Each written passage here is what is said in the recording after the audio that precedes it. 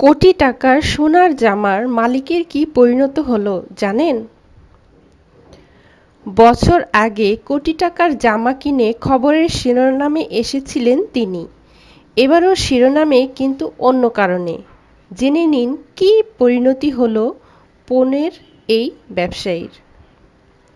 ২০১২ সালে তিনি সংবাদের শিরোনামে উঠে এসেছিলেন ১.২ কোটি টাকার সোনার জামা কিনে।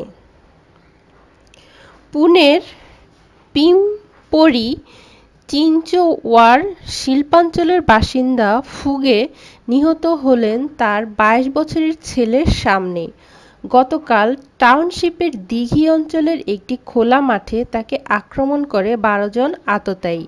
তারা সমবেতভাবে ফুগেকে আক্রমণ করে ধারালো অস্ত্র দিয়ে।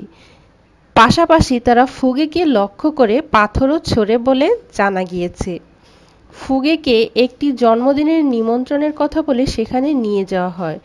পরে একইভাবে নিমন্ত্রণ পেয়ে সেখানে পৌঁছেন ফুগের ছেলে। এরপর তার চোখের সামনেই ফুগেকে গুলি করে হত্যা করা হয় বলে জানা গিয়েছে। মূলত মহাজনী এবং চিট ফান্ডের ব্যবসা করতেন ফুগে। তার স্ত্রী পুনের মিউনিসিপ্যাল কর্পোরেশনের প্রাক্তন সদস্য।